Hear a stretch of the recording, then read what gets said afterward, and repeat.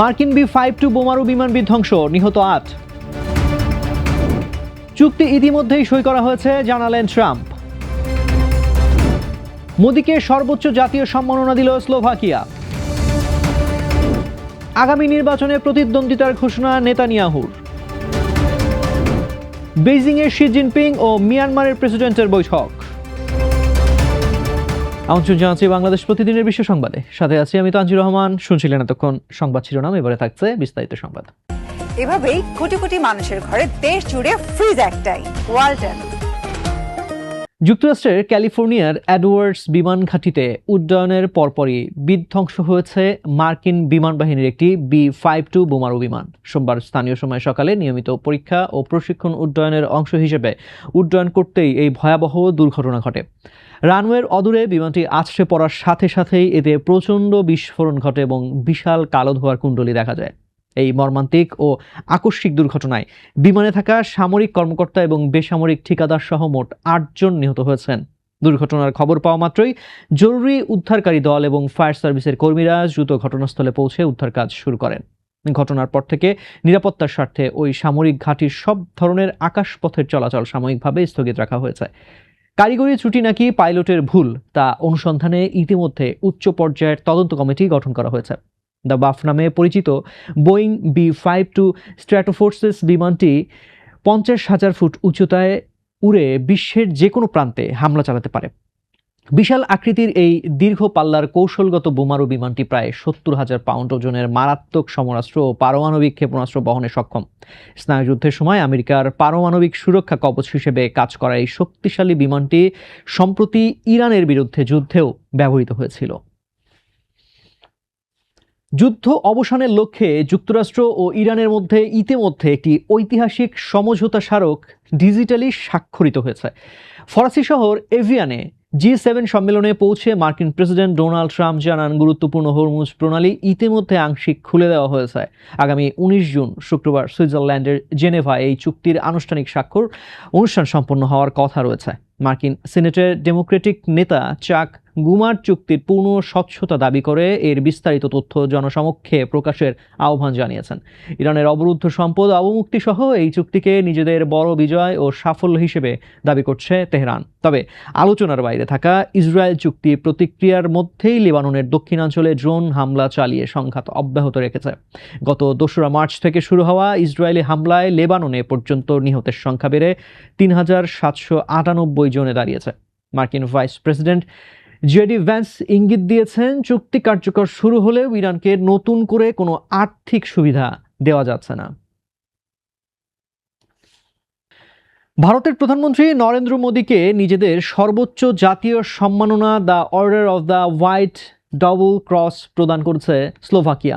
15 June সোমবার দেশটির রাজধানী ব্রাতিস্লাভায় এক জাঁকজমকপূর্ণ অনুষ্ঠানে স্লোভাকিয়ার প্রেসিডেন্ট পিটার পেল্লেগ্রিনি মোদির হাতে এই সম্মাননা তুলে দেন। এটি আন্তর্জাতিক অঙ্গনে ভারতের প্রধানমন্ত্রী নরেন্দ্র মোদীর পাওয়া 33তম সর্বোচ্চ বৈশ্বিক ও রাষ্ট্রীয় সম্মাননা। 1993 সালে স্বাধীন রাষ্ট্র হিসেবে স্লোভাকিয়ার আত্মপ্রকাশের পর এই প্রথম কোনো ভারতীয় প্রধানমন্ত্রী দেশটিতে ঐতিহাসিক দ্বিপাক্ষিক সফরে গেলেন। ইউরোপ সফরের প্রথম দেশ হিসেবে স্লোভাকিয়াকে বেছে নিয়ে সোমবার নয়াদিল্লি থেকে ব্রাতিস্লাভায় পৌঁছান ভারতের প্রধানমন্ত্রী।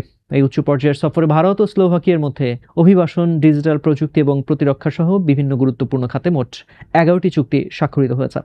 সামরিক ও বেসামরিক উভয় ক্ষেত্রে প্রযোজ্য এই সম্মাননাটি স্লোভাকিয়ার সরকার মূলত কেবল বিশিষ্ট বিদেশি নাগরিকদের প্রদান করে থাকেন।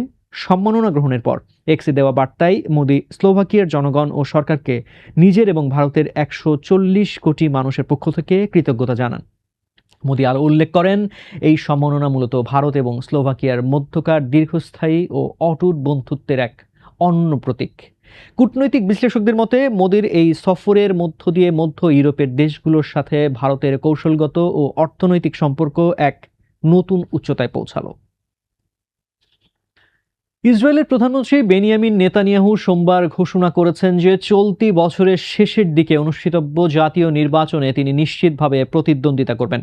তেল আবিবে আয়োজিত এক টেলিভিশন সংবাদ সম্মেলনে নেতানিয়াহু অত্যন্ত আত্মবিশ্বাসের সাথে বলেন, আমি নির্বাচনে অংশ নেব এবং জয়ের উদ্দেশ্য নিয়ে লড়ব। যুক্তরাষ্ট্র ও ইরানের মধ্যে সদ্য স্বাক্ষরিত যুদ্ধবিরতি চুক্তির পর এটি নেতানিয়াহুর প্রথম কোনো আনুষ্ঠানিক ও জনসমক্ষে দেওয়া বক্তব্য। ওয়াশিংটন ও তেহরানের মধ্যকার এই চুক্তিকে কেন্দ্র করে মধ্যপ্রাচ্যের পুরো ভূরাজনীতিতে অত্যন্ত দ্রুত এবং নাটকীয় পরিবর্তন ঘটতে শুরু করেছে। আঞ্চলিক পরিস্থিতির এই আকস্মিক বদল এবং যুদ্ধের গতি প্রকৃতি সরাসরি ইসরায়েলের অভ্যন্তরীণ রাজনীতিতে এক বড় ধরনের ধাক্কা দিয়েছে। দীর্ঘ সময় ধরে ক্ষমতায় থাকা ৭৬ বছর বয়সী এই নেতা যুদ্ধকালীন সিদ্ধান্ত এবং যুদ্ধ পরবর্তী পরিস্থিতি সামাল দেওয়ার ক্ষেত্রে তীব্র অভ্যন্তরীণ সমালোচনার মুখে রয়েছেন। দেশটির প্রধান বিরোধী দলগুলো নেতানিয়াহুর যুদ্ধকালীন সামরিক কৌশল এবং সাম্প্রতিক কূটনৈতিক সিদ্ধান্ত গ্রহণ প্রক্রিয়ার তীব্র সমালোচনা করছে। তবে দেশীয় ও আন্তর্জাতিক সমস্ত চাপ এবং সমালোচনা সত্ত্বেও নেতানিয়াহু দৃঢ়ভাবে বিশ্বাস করেন যে দেশের জনগণের সমর্থনে তিনি আবারও ক্ষমতায় ফিরবেন।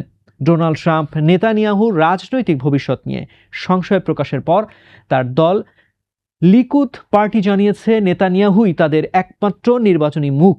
আন্তর্জাতিক বিশ্লেষকদের মতে মধ্যপ্রাচ্যে শান্তি প্রক্রিয়ার মাঝে এই নির্বাচন নেতানিয়াহুর দীর্ঘ রাজনৈতিক ক্যারিয়ারের জন্য সবচেয়ে বড় ও কঠিন পরীক্ষা হতে যাচ্ছে। বেজিং এর গ্রেট হল অব দ্য পিপলে চীনের প্রেসিডেন্ট শি জিনপিং এবং মিয়ানমারের প্রেসিডেন্ট মিন অং হাইং এর মধ্যে এক গুরুত্বপূর্ণ দ্বিপাক্ষিক বৈঠক অনুষ্ঠিত হয়েছে। মিয়ানমারের বিতর্কিত নির্বাচনের মাধ্যমে ক্ষমতা পাকাপোক্ত করার পর এটি বিশ্বের দ্বিতীয় বৃহত্তম অর্থনীতি চীনে মিন অং হাইং এর প্রথম সফর। 5 দিনের সরকারি সফরে মঙ্গলবার বেইজিং পৌঁছলে মিয়ানমারের সেনাপ্রধান থেকে প্রেসিডেন্ট হওয়া এই নেতাকে রাষ্ট্রীয় মর্যাদায় স্বাগত জানায় চীন। বৈঠক শেষে দুই দেশের শীর্ষ নেতাদের উপস্থিতিতে বেশ কিছু গুরুত্বপূর্ণ পারস্পরিক সহযোগিতা চুক্তি ও নথিপত্র স্বাক্ষরিত হয়েছে। 2021 সালের ফেব্রুয়ারি মাসে অং সান সুচির নির্বাচিত সরকারকে হটিয়ে ক্ষমতা দখলের পর থেকে চীনের সাথে মিয়ানমারের সামরিক জান্তার ঘনিষ্ঠ সম্পর্ক বজায় রয়েছে। এক বছরেরও কম সময়ের মধ্যে শি জিনপিং এর সাথে এটি মিন অং হাইং এর দ্বিতীয় বৈঠক। এর আগে গত আগস্টে তিয়ানজিনে তাদের সাক্ষাৎ হয়েছিল। প্রেসিডেন্ট হিসেবে মিন অং হাইং তার প্রথম বিদেশ সফরের জন্য ভারতকে বেছে নিলেও বর্তমানে চীন সফর বেইজিং এর সাথে সম্পর্কের গভীরতা প্রমাণ করে। আন্তর্জাতিক বিশ্লেষকদের মতে চীনের এই অতিথেয়তা যুদ্ধ বিধ্বস্ত মিয়ানমারের জান্তা সরকারের আন্তর্জাতিক গ্রহণযোগ্যতা ও বৈধতা বাড়াতে বড় ভূমিকা রাখবে। মিয়ানমারের জান্তা সরকারের অন্যতম প্রধান ও গুরুত্বপূর্ণ বৈশ্বিক অংশীদার হিসেবে চীন দীর্ঘদিন ধরে দেশটিকে কূটনৈতিক ও অর্থনৈতিক সমর্থন দিয়ে আসছে। দর্শক, এই ছিল আজকের বাংলাদেশ প্রতিদিনের বিশ্ব সংবাদ। সবশেষ খবর জানতে চোখ রাখুন বাংলাদেশ প্রতিদিন ফেসবুক পেজ ও ইউটিউব চ্যানেলে। এতক্ষণ সঙ্গে থাকার জন্য ধন্যবাদ সবাইকে।